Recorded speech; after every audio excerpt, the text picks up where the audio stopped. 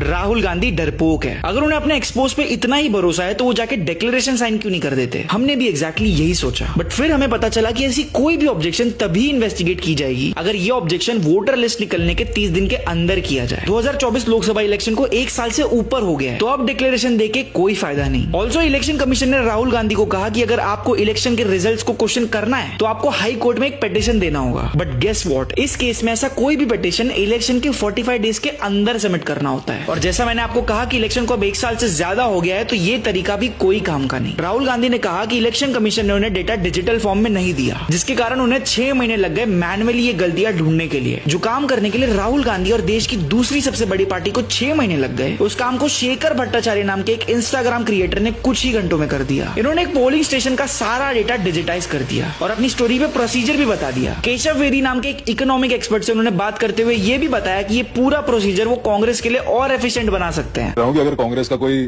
Contact कर दे तो मैं तो इसको इतना एफिशिएंट बना दूं कि वो बस एक कमांड चला के छोड़ दो अपने मैकबुक प्रोज में 10-15 टर्मिनल 100-200 टर्मिनल खोल दो, सब में कमांड चला के छोड़ दो।